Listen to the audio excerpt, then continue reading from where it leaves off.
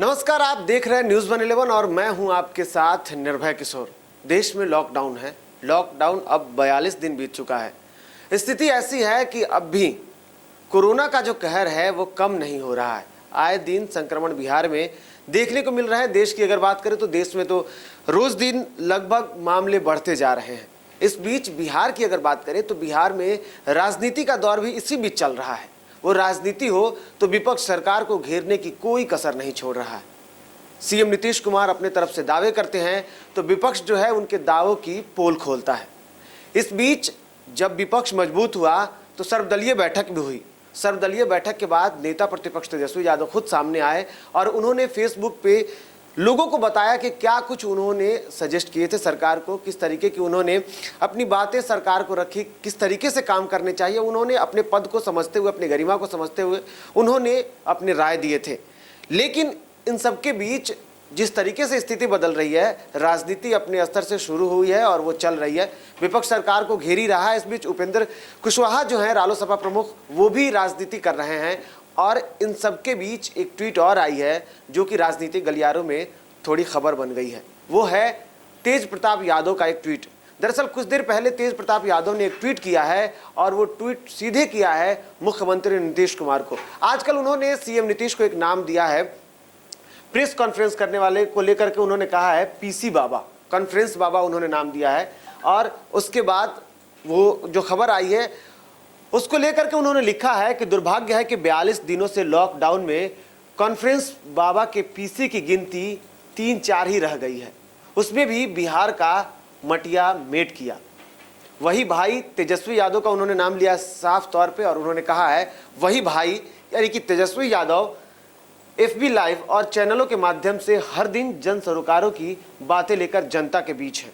CM साहब को तो अंतड़ी में दर्द है, बाहर नहीं निकल सकते। आज हमने जिस तरीके से सर्वदलीय बैठक के बाद नेता प्रतिपक्ष तेजस्वी यादव को जब हमने देखा तो उन्होंने इस बात को भी कहा कि सीएम नीतीश कुमार बाहर नहीं निकल रहे हैं, लोगों के सामने नहीं आ रहे हैं। इस बीच कई ऐसे मुख्यमंत्रियों को देखा जा रहा है जब वो लोग बाहर निकलते हैं। चाहे वो उन्होंने एग्जाम्पल के तौर पर भी झारखंड के मुख्यमंत्री को भी कहा कि वो स्टेशन पे देखते नजर आए। लेकिन इस बीच कोरोना का जैसे कहर बढ़ा है, सीएम नीतीश कुमार बाहर नहीं आ रहे हैं। वो सिर्फ और सिर्फ वीडियो कॉन्फ्रेंसिंग कर रहे हैं। उन्होंने कहा कि उनको बाहर निकलना चाहिए और लोगों के बीच में जाना चाहिए, इससे स्थिति कुछ और अलग होगी।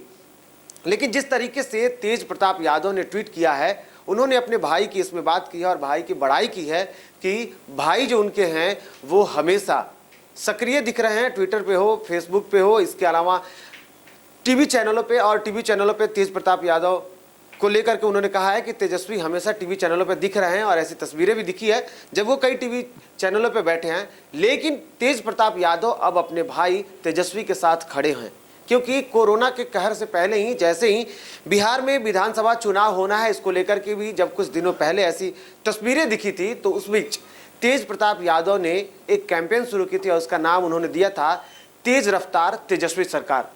उसको लेकर के वो लगातार अपने भाई की ब्रांडिंग में लगे हुए हैं और एक बार फिर से उन्होंने तेजस्वी के साथ दिखाते हुए कोरोना के इस कहर में सीएम नीतीश को घेरा है।